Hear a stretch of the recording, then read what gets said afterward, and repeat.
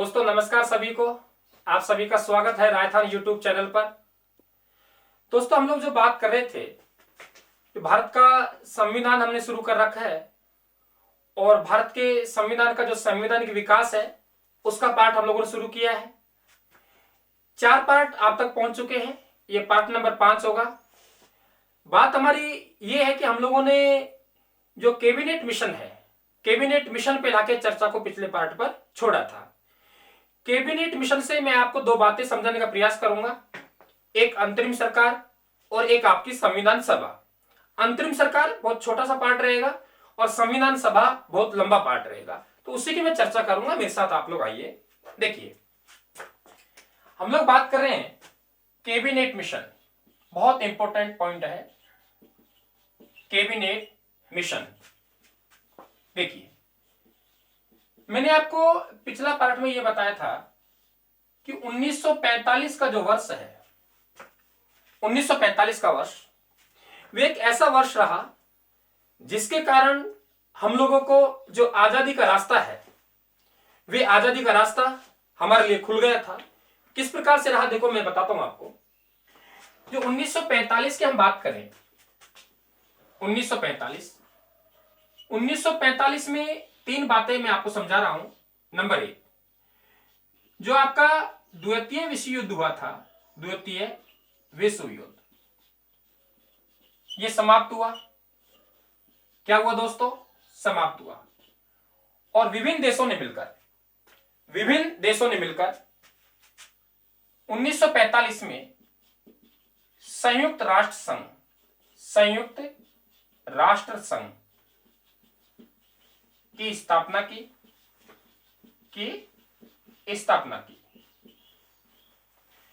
तीसरी हम बात करें कि 1945 में ब्रिटेन में चुनाव हुए, इंग्लैंड में क्या हुए? चुनाव हुए। ब्रिटेन में चुनाव हुए तो यहां पे जो सरकार बनेगी, पहले जो सरकार थी दोस्तों वे चर्चिल की थी। किसकी थी? चर्चिल की। अब इस चुनाव में चर्चिल की जो पार्टी है वे पार्टी हार गई और अब जो प्रधानमंत्री बनेंगे वे बनेंगे दोस्तों एटली। कौन बनेंगे? एटली। ये एटली हैं, ये ब्रिटेन के प्रधानमंत्री बनेंगे। और पहले थे हमारे पास में चर्चिल। ये जो चर्चिल है, ये चर्चिल भारत को आजादी देने के पक्ष में बिल्कुल नहीं था। इनका कहना यह था कि आप किस भारत को आजाद करेंगे? भारत तो विभिन्न टुकड़ों में बटा हुआ है, धर्म के आधार पर बटा हुआ है। कहीं सिख है, कहीं मुस्लिम बाहुल्य प्रांत है, कहीं हिंदू बाहुल्य प्रांत है। आप किस भारत की आजादी की बात कर रहे हो? भारत को आजादी हम दे ही नहीं सकते क्योंकि वे लोग एक नहीं हो सकते, ऐसे चर्चिल का मानना था। कट्टर विरोधी था भारत की आजादी का। लेकिन इटली की हम बात करें, इटली के कांग्रेस से अच्छे संबंध थे, इनकी सरकार बनी। कांग्रेस ने इनसे कहा कि अब तो आपकी सरकार बन गई है, हमें आप आजादी दीजिए। तो इन्होंने क्या किया? 1945 में इटली ने अपने 3 कैबिनेट मंत्री, कितने? 3 कैबिनेट मंत्री, 3 कैबिनेट मंत्री का एक दल बनाया, 3 कैबिनेट मंत्रियों का दल बनाया। अब ये जो कैबिनेट मंत्री होंगे, यानी इसे एक मिशन का नाम देंगे। और कैबिनेट मिशन इसलिए कहते हैं क्योंकि इसमें जो 3 सदस्य होंगे, अध्यक्ष सहित 3 सदस्य होंगे, वे तीनों के तीनों ब्रिटेन के कैबिनेट मंत्री हैं। और कैबिनेट मंत्रियों का दल होने के कारण इसे कैबिनेट मिशन कहा जाता है। क्लियर हुआ? तो 3 कैबिनेट मंत्रियों का एक दल इन्होंने नियुक्त किया, जिसे हम लोग कैबिनेट मिशन कहते हैं। इसमें 3 आदमी होंगे, 1, 2 और 3 मंत्री होंगे ब्रिटेन के। देखिए नंबर 1 हम लोग बात करें, नंबर एक की हम लोग बात करें तो आपके इसके अध्यक्ष होंगे और दोस्तों 2 इनके अन्य सदस्य होंगे। तीनों के तीनों जो हैं आपके वे कैबिनेट मंत्री होंगे।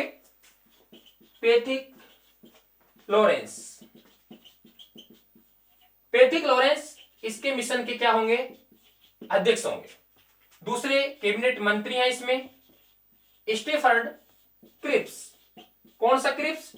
क्रिप्स प्रस्ताव वाला। क्रिप्स प्रस्ताव वाला स्टेफर्ड क्रिप्स भी ब्रिटेन के कैबिनेट मंत्री थे। तीसरा हम बात करें एवी अलेक्जेंडर। एवी अलेक्जेंडर भी इसके सदस्य थे। यानी मिशन के जो अध्यक्ष हैं वे पैट्रिक लॉरेंस हैं। हम बात करें नंबर 2 स्टेफर्ड क्रिप्स और एवी अलेक्जेंडर है, दोनों के दोनों इसके क्या होंगे? सदस्य होंगे। और इसे हम लोग कहते हैं कैबिनेट मिशन। आपकी ये जानकारी में आ गया कि कैबिनेट मिशन क्यों कहते हैं। आपसे पूछा जाए कि इसे कैबिनेट मिशन नाम क्यों दिया, तो आप आराम से बताना कि सर ऐसा है कि ब्रिटेन के प्रधानमंत्री एटली जैसे ही सत्ता में आए तो ये भारत की आजादी के पक्ष में थे। इन्होंने अपने सरकार के 3 कैबिनेट मंत्रियों का एक दल बनाया। 3 कैबिनेट मंत्री होने के कारण उन्हें हम लोग कैबिनेट मिशन कहते हैं। उस मिशन के जो अध्यक्ष हैं उनका नाम लॉर्ड पैट्रिक लॉरेंस है और उसके जो सदस्य हैं स्टेफर्ड क्रिप्स और एवी अलेक्जेंडर। तीनों के तीनों ब्रिटेन के कैबिनेट मंत्री हैं। इन तीनों को भारत भेजा जाएगा और ये जो कैबिनेट मिशन है, ये कैबिनेट मिशन कैबिनेट मिशन 24 मार्च, दोस्तों कब? 24 मार्च 1946 ईस्वी को भारत पहुंचेगा। कैबिनेट मिशन कब पहुंचेगा? 24 मार्च 1946 ईस्वी को भारत पहुंचेगा। भारत पहुंचेगा तो ये 2 काम यहां करेगा। सबसे पहले कि जो भारत है, भारत में जो संविधान निर्माण है, संविधान का निर्माण किस प्रकार से किया जाए और संविधान सभा का गठन किस प्रकार से किया जाए, और जो अंतरिम सरकार है उस अंतरिम सरकार की व्यवस्था किस प्रकार से किया जाए। यानी कैबिनेट मिशन के आधार पर हमारे 2 काम होंगे। नंबर 1, इसकी योजना के अनुसार भारत का संविधान बनेगा और भारत के संविधान को बनाने के लिए संविधान सभा का निर्माण होगा। दूसरा काम, एक अंतरिम सरकार का गठन होगा। तो यहां से बढ़िया सवाल बनते हैं एग्जाम की दृष्टि से कि अंतरिम सरकार का गठन किस मिशन के आधार पर हुआ? आप बताएंगे कैबिनेट मिशन के आधार पर। संविधान सभा का निर्माण किस योजना के आधार पर हुआ? आप बताएंगे कैबिनेट मिशन योजना के आधार पर। एक बार फिर समझ लें, 1945 का वर्ष हमारे लिए अच्छा था। द्वितीय विश्व युद्ध का समापन हुआ। विभिन्न देश है एक साथ आए, ब्रिटेन पर दबाव डाला कि भारत को आजाद कीजिए। संयुक्त राष्ट्र संघ की स्थापना हुई। आपसी भाईचारा कायम करने के लिए कदम बढ़ाए गए। ब्रिटेन पर दबाव बनाया गया कि आपने ये कॉलोनियां बना रखी हैं जिनमें से भारत भी एक है, इनको आजाद कीजिए। तीसरा पॉइंट, ब्रिटेन में चुनाव हुए, सत्ता परिवर्तन हुई। भारत के आजादी के पक्षदार प्रधानमंत्री बने और इसमें पक्षदार वाले मित्रों की बात भी नहीं है। उस समय परिस्थितियां ऐसी बन गई थी कि भारत को आजाद करना ही था। एटली ने 3 कैबिनेट मंत्रियों का एक मिशन बनाया। लॉर्ड पैट्रिक लॉरेंस इसके अध्यक्ष हैं, स्टेफर्ड क्रिप्स और एवी अलेक्जेंडर इसके सदस्य हैं और यह मिशन कैबिनेट मिशन 24 मार्च 1946 को भारत पहुंचेगा। इसके हम लोग आगे बात करें दोस्तों। देखिए, अब हमें यह पता लग गया कि कैबिनेट मिशन क्या था और इसे कैबिनेट मिशन क्यों कहा जाता है और इसकी नियुक्ति किसने की और भारत कब पहुंचा। देखिए, अभी तो बात शुरू होगी, ये तो हम लोगों ने बेसिक परिचय पढ़ा है। देखिए आप लोग, हम लोग बात कर रहे हैं कैबिनेट मिशन। दोस्तों, ये बात हमारे समझ में आ गई कि ब्रिटेन के 3 कैबिनेट मंत्री, ब्रिटेन के 3 कैबिनेट मंत्री इसमें होंगे। नंबर 1 बात। नंबर 2, 24 मार्च, कितना मार्च? 24 मार्च 1946 ईस्वी को यह मिशन भारत पहुंचा। देखिए आप ये 24 ध्यान नहीं रहे, काम चल जाएगा, लेकिन मार्च का महीना आपसे आना चाहिए, क्योंकि दोस्तों ऐसे सवाल चलते चलते ही बन जाते हैं। और ये जरूर नहीं है कि सवाल आरएएस आईएएस के लिए होते हैं, ये कांस्टेबल पटवार में भी पूछे जा रहे हैं। ये पक्का कहीं लिखा हुआ नहीं है कि सवाल कांस्टेबल में नहीं आएगा या आरएएस में ही आएगा, सभी में सवाल आते हैं। कभी भी परीक्षा का स्तर देखकर सवालों की तुलना मत करना मित्रों, बर्बाद हो जाएंगे आप लोग, ठीक है ना। हाँ, 24 मार्च 1946 ईस्वी को कैबिनेट मिशन भारत पहुंचा, और कैबिनेट मिशन यहां दो काम करेगा। नंबर एक अंतरिम सरकार।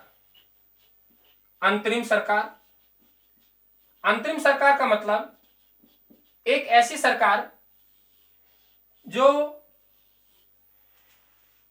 भारत का संविधान बनेगा, और संविधान के अकॉर्डिंग जो सरकार बनेगी, उस सरकार से पहले जो काम किया जाएगा उसे हम अंतरिम सरकार कहते हैं। जैसे कि अंतरिम राष्ट्रपति डॉक्टर राजेंद्र प्रसाद, तब तक स्थायी व्यवस्था ना हो जाए तब तक जो काम चलाऊ सरकार है, अस्थायी सरकार है, एक अनौपचारिक सरकार है, उसे हम लोग क्या बोलेंगे, अंतरिम सरकार बोलेंगे। अंतरिम सरकार का गठन करना। और नंबर दो, भारत के लिए संविधान निर्माण, यानी दो काम रहेंगे। एक तो संविधान का निर्माण करवाना, और दूसरा काम है अंतरिम सरकार का गठन करना। और इस योजना के तहत दो काम होंगे। यहां संविधान निर्माण की हम बात करें, नंबर एक, संविधान निर्माण की क्या प्रक्रिया रहेगी, संविधान निर्माण की क्या प्रक्रिया है, यानी एक तो ये, और दूसरा काम रहेगा संविधान सभा का गठन, कि संविधान सभा का गठन किस प्रकार से किया जाए। क्लियर? यानी संविधान निर्माण की जो प्रक्रिया है उसको हमने दो भागों में बांट दिया। नंबर एक, संविधान निर्माण की प्रक्रिया, क्या प्रक्रिया रहेगी, और नंबर दो, संविधान सभा का गठन किस प्रकार से किया जाएगा। और दोस्तों हम पढ़ना क्या चाह रहे हैं, संविधान सभा ही तो हम पढ़ना चाह रहे हैं। देखिए ये थोड़ा लंबा चलेगा, पहले हम बात कर लेते हैं अंतरिम सरकार की, कि अंतरिम सरकार क्या है। देखिए ये जो कैबिनेट मिशन है, क्या है कैबिनेट मिशन, कैबिनेट मिशन ने 16 मई, कितनी मई, 16 मई 1946 ईस्वी को अपनी जो योजना है वे योजना को प्रस्तुत किया। नंबर एक, यानी जैसे कैबिनेट मिशन आया, भारतीय नेताओं से बातचीत की, कांग्रेस के नेताओं से बातचीत की, मुस्लिम लीग के नेताओं से भी बातचीत की, और अंत में इन्होंने अपनी जो योजना है वे योजना प्रस्तुत कब की, 16 मई 1946 ईस्वी को की। देखिए आगे हम लोग चले तो हमारे पास में 16 अगस्त 1946 ईस्वी को जो मुस्लिम लीग है, ध्यान से सुनते जाना, मुस्लिम लीग, इस मुस्लिम लीग ने प्रत्यक्ष कार्यवाही दिवस मनाया। समझा रहा हूं इसका मतलब क्या है, जिसे इतिहास में काला दिन कहा जाता है। क्या कहा जाता है, काला दिन। देखिए मुस्लिम लीग ने क्या किया कि जैसे ही अपनी योजना प्रस्तुत की 16 मई 1946 ईस्वी को, तो मुस्लिम लीग ने 16 अगस्त 1946 ईस्वी को प्रत्यक्ष कार्यवाही दिवस मनाया। इसमें क्या किया कि इन्होंने सांप्रदायिक दंगे किए, दोस्तों खूब दंगे किए, विशेषकर कलकत्ता में खूब रक्त बहा। ये साबित करने का प्रयास कर रहे थे कि हम हिंदू और मुस्लिम एक राष्ट्र में नहीं रह सकते, हमारे लिए अलग से राष्ट्र बनाना बहुत जरूरी है। तो इसे इतिहास में काला दिन कहते हैं। बहुत बार सवाल पूछा जाता है कि मुस्लिम लीग ने प्रत्यक्ष कार्यवाही दिवस कब मनाया, तो 16 अगस्त 1946 ईस्वी को मनाया। प्रत्यक्ष कार्यवाही दिवस का मतलब इन्होंने सांप्रदायिक दंगे किए, ये प्रयास किया साबित करने का कि हम एक साथ नहीं रह सकते। ठीक है, देखिए, क्योंकि इन्हें अभी अभी ये पूर्ण रूप से ऐसा प्रतीत नहीं हो रहा था कि पाकिस्तान अलग बन जाएगा। पाकिस्तान अलग बनाने का प्रयास ये लोग कर रहे हैं, इसलिए इनकी कार्रवाई जारी है। चलिए आगे। अब क्या हुआ कि ये जो कैबिनेट मिशन है, इसने 24 अगस्त, कितना अगस्त दोस्तों, 24 अगस्त 1946 ईस्वी को यह घोषणा कर दी कि हमें अंतरिम सरकार का गठन करना है। अंतरिम सरकार का गठन करना है, का गठन, लेकिन दोस्तों आगे लिखना है घोषणा। फिर समझे आप लोग कि 24 अगस्त 1946 ईस्वी को अंतरिम सरकार का गठन नहीं हो रहा है, अंतरिम सरकार की घोषणा हो रही है। तो आप ध्यान रखना कि 24 अगस्त 1946 ईस्वी को यह कहा गया कि अंतरिम सरकार का गठन किया जाएगा, यह घोषणा की गई। क्लियर। और अंतरिम सरकार का जो गठन होगा वे गठन किया जाएगा 2 सितंबर, कितना सितंबर, 2 सितंबर 1946 ईस्वी को। आप यहां लिख सकते हो अंतरिम सरकार का गठन किया। ध्यान सुने, अंतरिम सरकार का गठन किया। अब गठन किस प्रकार से हुआ है अभी मैं समझा रहा हूं आपको। यहां 5-6 तिथि बनी है, उन्हें याद कर ले। हालांकि एक अलग से पार्ट बनाऊंगा मैं, संविधान के विकास में जितनी भी तिथि आई है उन तिथियों का अलग से एक पार्ट दूंगा आप लोगों को। देखिए, 24 मार्च 1946 को कैबिनेट मिशन भारत पहुंचा। 16 मई 1946 को अपनी योजना प्रस्तुत की। 16 अगस्त 1946 ईस्वी को मुस्लिम लीग ने प्रत्यक्ष कार्यवाही दिवस मनाया। 24 अगस्त 1946 को अंतरिम सरकार के गठन की घोषणा की गई और अंतरिम सरकार का जो गठन होगा वे कब होगा, 2 सितंबर 1946 ईस्वी को। दोस्तों आप लोग पेन और कॉपी रखें, आप लोग नोट करते रहें, इंपॉर्टेंट फैक्ट है। और आपको ये विश्वास दिला रहा हूं कि इनके अलावा आपको कुछ पढ़ने की जरूरत नहीं है। अगर बहुत गहराई के साथ और अंत तक आपने वीडियो देख लिया तो आपको कुछ पढ़ने की जरूरत नहीं है। और यदि आपको पसंद आ रहा है ये काम तो वीडियो को ज्यादा से ज्यादा दोस्तों शेयर करें आप लोग। ठीक है, अब हम लोग बात करेंगे कि अंतरिम सरकार का गठन किस प्रकार से हुआ, ये देखना हम लोगों को। देखिए कि अंतरिम सरकार का गठन किस प्रकार से हुआ। एक बार तिथि वापिस रिपीट मार लें आप लोग। नंबर 1, 24 मार्च 1946 को कैबिनेट मिशन भारत पहुंचा। आगे हम लोग चलेंगे। 16 मई 1946 को अपनी योजना प्रस्तुत की।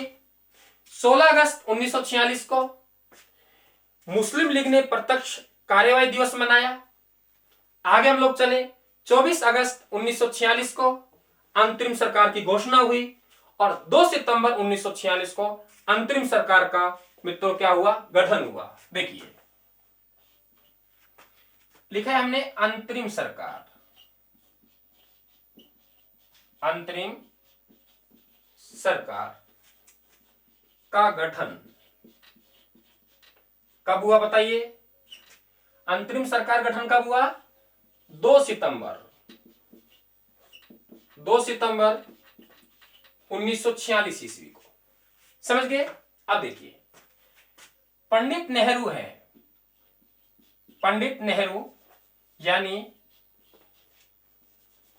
जवाहरलाल नेहरू, जवाहरलाल नेहरू, इन्हें आमंत्रित किया गया किसके लिए, अंतरिम सरकार के गठन के लिए।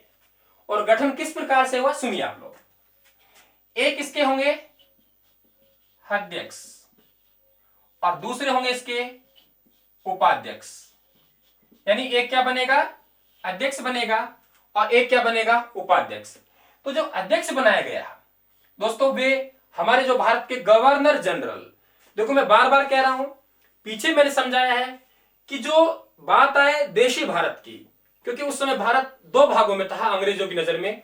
एक वे भारत जो सीधा ब्रिटिश नियंत्रण में था, यानी इसे हम लोग ब्रिटिश भारत कहते थे, अभी संविधान सभा में आपको समझाऊंगा। और दूसरा कि आपका एक वे भारत जिसे हम देशी भारत कहते थे। तो आदमी एक ही होता था, अधिकारी एक ही होता था, लेकिन तब बात आती थी देशी भारत की तो वे वायसराय कहलाता था, और जब बात आती थी ब्रिटिश भारत की तो दोस्तों वे गवर्नर जनरल कहलाता था। तो यहां जो अध्यक्ष बनेंगे वे कौन बनेंगे? Governor general. Governor general. और इस समय जो गवर्नर जनरल है भारत के, उनका नाम क्या है? माउंटबेटन। तो माउंटबेटन क्या बन गया दोस्तों? इसके क्या बन गए? अध्यक्ष बन गए। उपाध्यक्ष की हम बात करें तो पंडित जवाहरलाल नेहरू। पंडित जवाहरलाल नेहरू ये क्या बन गए? उपाध्यक्ष बन गए। ध्यान से सुनते जाना आप लोग, अच्छे सवाल बनेंगे यहां से, चाहे कोई भी एग्जाम हो, कोई भी एग्जाम हो, लेकिन सवाल बाहर नहीं जाएगा, यह विश्वास मैं आपको दिला सकता हूं। अध्यक्ष कौन बने? Governor general. और गवर्नर जनरल कौन थे? माउंटबेटन। और उपाध्यक्ष कौन बने? पंडित जवाहरलाल नेहरू। लेकिन दोस्तों एक बात आपको समझनी पड़ेगी, माउंटबेटन का जो कार्यकाल है ये जून 1948 में पूर्ण हो गया। यानी जून 1948 में माउंटबेटन का कार्यकाल है, ये क्या हो गया? पूर्ण हो गया। भारत का विभाजन करने आया था, विभाजन कर गया, अब जाना पड़ेगा।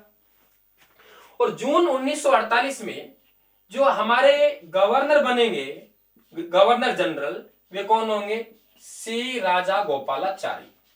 गोपालाचारी यानी सी राजा गोपालाचारी। आपने बहुत बार पढ़ा भी होगा, आप लोग जानते भी हैं कि आप लोगों से जो सवाल पूछे जाते हैं वे सवाल इस तरीके से पूछे जाते हैं कि भारत का अंतिम ब्रिटिश गवर्नर जनरल, अंतिम ब्रिटिश गवर्नर जनरल यानी ब्रिटिश सरकार का आदमी माउंटबेटन, और भारत का पहला गवर्नर जनरल, भारत का पहला भारतीय गवर्नर जनरल, तो भारत का पहला भारतीय गवर्नर जनरल कौन होगा? सी राजा गोपालाचारी।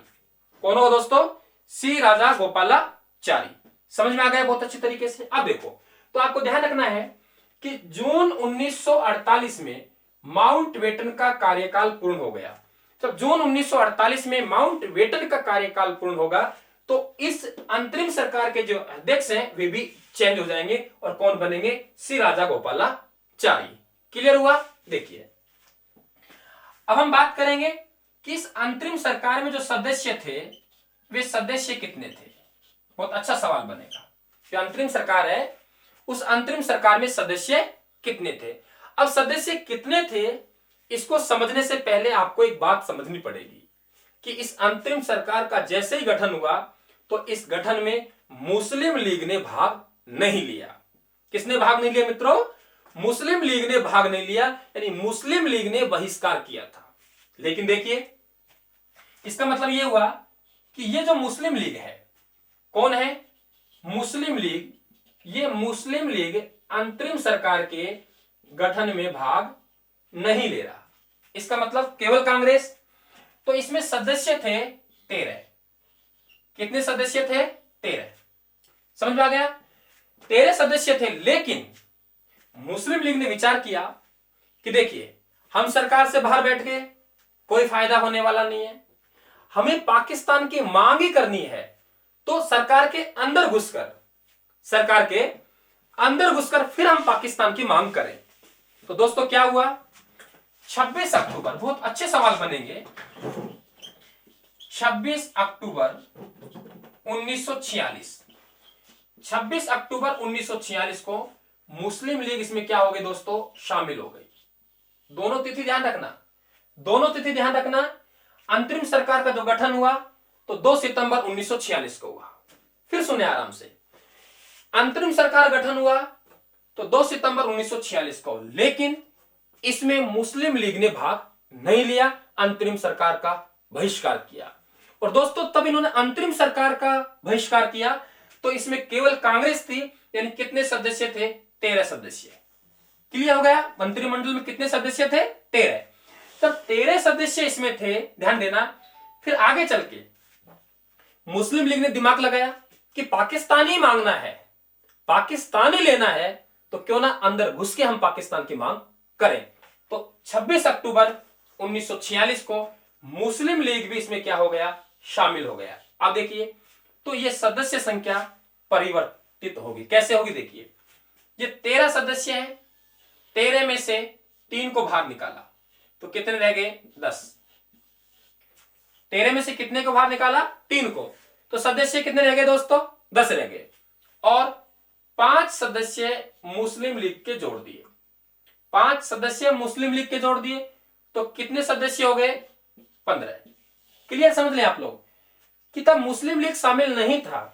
अंतरिम सरकार का गठन जिस दिनांक को हुआ तो उसमें जो सदस्य संख्या थी वे सदस्य संख्या दोस्तों कितनी थी? 13। लेकिन 26 अक्टूबर 1946 ईस्वी को तब मुस्लिम लीग ने इसमें भाग लिया तो सदस्यों में से हमने पहले वालों में से 3 निकाल दिया और 5 मुस्लिम लीग के सदस्यों को अंदर लाए, इसलिए अब सदस्य संख्या कितनी हो गई? 15। यानी अंतरिम सरकार में कांग्रेस भी आ गई और मुस्लिम लीग भी आ गई। अब दोस्तों डॉक्टर भीमराव अंबेडकर यहां टिप्पणी करेंगे। डॉक्टर भीमराव अंबेडकर यहां टिप्पणी करेंगे। वे क्या कहेंगे? अच्छा सवाल आपके एग्जाम की दृष्टि से बन सकता है, बहुत अच्छा सवाल बन सकता है। क्यों कहेंगे? क्योंकि मुस्लिम लीग जो कि पाकिस्तान की मांग कर रहा है, कांग्रेस मतलब भारत है, और अब दोनों एक साथ हो गए तो वे क्या कह रहे हैं? देखिए कौन कह रहे हैं? Doctor Bhimrao Ambedkar. Doctor, note कर लेना भाई इसको, डॉक्टर भीमराव अंबेडकर ये कह रहे हैं कि यह एक देश की ऐसी सरकार है जिसे दो राष्ट्र मिलकर चला रहे हैं। बात सही आपके समझ में आ गई कि डॉक्टर अंबेडकर ये कहना चाहते हैं कि ये जो अंतरिम सरकार है, ये अंतरिम सरकार एक देश की सरकार है, एक देश की सरकार है, लेकिन इसे 2 राष्ट्र मिलके चला रहे हैं। इनका मतलब एक राष्ट्र भारत मतलब कांग्रेस और दूसरा राष्ट्र मुस्लिम लीग मतलब पाकिस्तान। समझ में आ गया? तो डॉक्टर भीमराव अंबेडकर का यह कथन आप जरूर ध्यान रखें कि यह एक देश की ऐसी सरकार है जिसे 2 राष्ट्र मिलके चला रहे हैं। बताइए कोई समस्या? कोई समस्या नहीं है। मैं फिर से रिपीट कर देता हूं। अंतरिम सरकार का गठन यानी जो कैबिनेट मिशन आएगा, कैबिनेट मिशन यहां योजना लेके आएगा, एक अंतरिम सरकार की गठन की योजना और एक भारत का जो संविधान है। ध्यान रखना, कैबिनेट मिशन भारत को आजादी देने नहीं आ रहा, भारत का विभाजन करने नहीं आ रहा, आजादी देने और विभाजन करने के लिए माउंटबेटन आएंगे। इनका काम है कि वहां की जो शासन हम लोग स्थानांतरित करेंगे वे किस प्रकार से करेंगे। तो 2 व्यवस्था चाहिए हमें, एक तो वहां की सरकार चाहिए मतलब अंतरिम सरकार, एक व्यवस्था वे व्यवस्था जो कि संविधान निर्माण करें। तो संविधान निर्माण की क्या प्रक्रिया रहेगी, संविधान निर्माण की क्या प्रक्रिया रहेगी और संविधान सभा का निर्माण किस प्रकार से किया जाएगा। 1945 में कैबिनेट मिशन नियुक्त किया जाएगा। कैबिनेट मिशन में 3 मंत्री होंगे, वे भारत आएंगे। 24 मार्च 1946 को भारत पहुंचेंगे। कैबिनेट मिशन 16 मई 1946 को अपनी योजना प्रस्तुत करेगा और अंतरिम सरकार के लिए पंडित जवाहरलाल नेहरू को आमंत्रित करेगा। मुस्लिम लीग को लगेगा अपनी दाल गलने वाली नहीं है, पता नहीं किस प्रकार से पाकिस्तान बनेगा, इसलिए एक बार हमें संकेत दे देना चाहिए कि हम साथ नहीं रह सकते, हमें एक मुस्लिम राष्ट्र चाहिए। तो उन्होंने 16 अगस्त 1946 को प्रत्यक्ष कार्यवाही दिवस मनाया। यह तिथि आपको ध्यान रखनी है। 16 मई 1946 को योजना प्रस्तुत, 16 अगस्त 1946 को प्रत्यक्ष कार्यवाही दिवस मनाया। क्लियर? 24 अगस्त 1946 को अंतरिम सरकार के गठन की घोषणा की गई 24 अगस्त के दिन और 2 सितंबर 1946 को अंतरिम सरकार का गठन किया गया। अंतरिम सरकार के जो अध्यक्ष होंगे वे गवर्नर जनरल होंगे, लॉर्ड माउंटबेटन होंगे। जून 1948 के बाद में गवर्नर जनरल चेंज हो जाएंगे तो श्री राजागोपालाचारी रहेंगे। इसके उपाध्यक्ष पंडित जवाहरलाल नेहरू को बनाया जाएगा। तब अंतरिम सरकार गठन किया तो इसमें मुस्लिम लीग ने भाग नहीं लिया, तो मुस्लिम लीग ने इसका बहिष्कार किया। तो जो सदस्य हैं वे सदस्य कितने होंगे? 13। बाद में जाके कि हमें मुस्लिम लीग का मानना था कि पाकिस्तान ही मांगना है, पाकिस्तान के ही लिए हमें लड़ाई लड़नी है, तो क्यों ना हम अंतरिम सरकार का सदस्य बन के अंदर जाके हम लड़ाई लड़ें और हमारे लिए आसान हो जाएगा। तो 26 अक्टूबर 1946 को मुस्लिम लीग भी इसमें शामिल हो गया। तो इस सदस्य संख्या है 13 में से 3 निकाले मंत्री, तो कितने हो गए 10, 5 प्लस कर दिए कितने हो गए 15। इस बात को लेकर डॉक्टर भीमराव अंबेडकर ने कहा यह एक देश की ऐसी सरकार है जिसे 2 राष्ट्र मिलकर चला रहे हैं। तो दोस्तों ये कैबिनेट आपके अंतरिम सरकार का एक स्पेशल पार्ट बन गया। तो इस पार्ट को इतना ही रखेंगे और दूसरा पार्ट आप तक जल्दी जल्दी पहुंचाए जाएंगे, चिंता ना करें आप लोग, पार्ट आप तक जल्दी जल्दी पहुंचाए जाएंगे। तो अब हम लोग बात करेंगे संविधान सभा। तो संविधान सभा की हम शुरू से ही अलग से बात करेंगे। तो ये आपके कैबिनेट मिशन और अंतरिम सरकार की बात हो गई। अब अगले वीडियो में हम संविधान सभा की बात करेंगे। दोस्तों वीडियो को लाइक करें, कमेंट करके बताएं कि आप क्या हमें सुझाव देना चाहते हैं। कमेंट ही होते हैं, चाहे वे नेगेटिव हो या पॉजिटिव हो, जैसा आपको लगे वैसा आप लोग कमेंट करें। और दोस्तों आप रायथान चैनल का मददगार बने। यदि रायथान आपका मददगार बन रहा है तो आप रायथान का मददगार बने। दोस्तों चैनल को सब्सक्राइब करें और रायथान के परिवार को बढ़ाने की जिम्मेवारी आपकी है। आप 2-2, 4-4 को भी आप शेयर करेंगे, 2-2, 4-4 मित्रों से भी आप सब्सक्राइब कराएंगे, दोस्तों अपना परिवार बढ़ेगा। और जैसे जैसे परिवार बढ़ेगा आप देखते जाना दोस्तों, आपको आनंद दे दूंगा। अभी आप जो बच्चे मुझे जानते हैं, पहचानते हैं, उन्हें तो पता है कि सर के जो भी मूल सब्जेक्ट हैं वे तो अभी सर ने शुरू ही नहीं किए, जिनके लिए मुझे राजस्थान में जाना जाता है। वे पार्ट तो अभी मेरे पास बाकी है, लेकिन वे पार्ट तभी लेके आऊंगा तो अपना परिवार एक बड़ा परिवार हो जाएगा। आप सभी का धन्यवाद, आपका प्यार हमारे पर बना रहे। आप सभी को राम राम साहब, जय हिंद।